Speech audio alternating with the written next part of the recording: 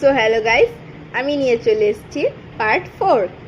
যারা যারা এখনও পার্ট 1, পার্ট 2, পার্ট 3 দেখোনি তারা আমার চ্যানেলে গিয়ে আমার চ্যানেলটাকে সাবস্ক্রাইব করে পার্ট 1, পার্ট 2 অ্যান্ড পার্ট 3টা দেখে আসবেন। সো আমি এখন পার্ট 4 এর গল্পটা শুরু করছি। বাকি যারা ছিল, মানে যে ছেলেটিকে বাকিরা মানে সোফায় বসিয়ে এসেছিল, এবার তারা গিয়ে সেই ছেলেটিকে দেখতে পায়নি। এবার তারা একদম উপরে, মানে একদম ছাদে চলে যায়। গিয়ে দেখে ওই সোফায় বসে থাকা ছেলেটি ছাদের পুরো কর্নারে দাঁড়িয়ে আছে।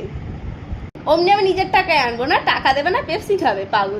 হ্যাঁ, যেটা বলছিলাম, এবার বাকি বন্ধুরা বলতে থাকে, এই বন্ধু ওখানে যাস না, পড়ে যাবি। তখন উত্তরে সেই ছেলেটি আর কিচ্ছু বলে না।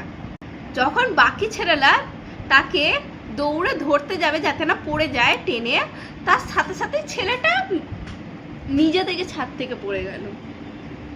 মানে নিজে থেকে পড়ে গেল, মানে ধরতে সবে যাবে, মানে নিমেষে গিয়ে পুরো বট গাছের যে ঝুড়িটা ছিল সেই ঝুড়িটাতে গিয়ে আটকে গেল এবং সে ছেলেটি মারা গেল।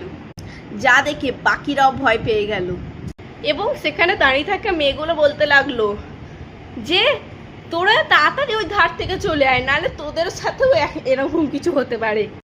ছেলেগুলো এবার কিছুটা বিশ্বাস করলো।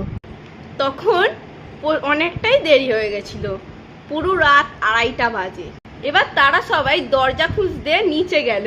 গিয়ে দেখছে যেখানে দরজা ছিল সেইখানে যাচ্ছে, কিন্তু সেই ওরা আবার ছাদেই চলে আসছে কোনো না কোনোভাবে। মানে আজব ব্যাপার, কোনো না কোনোভাবে ছাদেই চলে আসছে আবার, মানে ছাদের দরজার কাছেই বারবার চলে আসছে। তারপরে একটা ছেলে ছাদের আবার সে কর্নারে চলে গেল। ভাগ্যক্রমে তাকে সবাই খুব তাড়াতাড়ি দেখে নিয়েছিল ওখানে চলে যেতে, সেই কারণে বাকিরা সবাই তাকে টেনে নিয়েছে এবং তাকে ঠাকুরের একটি ফুল দিয়ে তাকে ঠিক করেছে।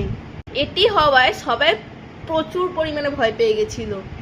সবাই চাইছিল, খুব তাড়াতাড়ি সবাই চাইছিল এই ঘর থেকে বেরিয়ে আসতে। যেহেতু ভোর 4টে বেজে গেছিল, সেই কারণে নেগেটিভ এনার্জি খুব তাড়াতাড়ি কমতে থাকলো এবং তারা অবশেষে নিচের দরজাটা খুঁজে পেয়েছে। এবার বেরোনোর সাথে সাথে দেখছে গাড়ি স্টার্ট নিচ্ছে না।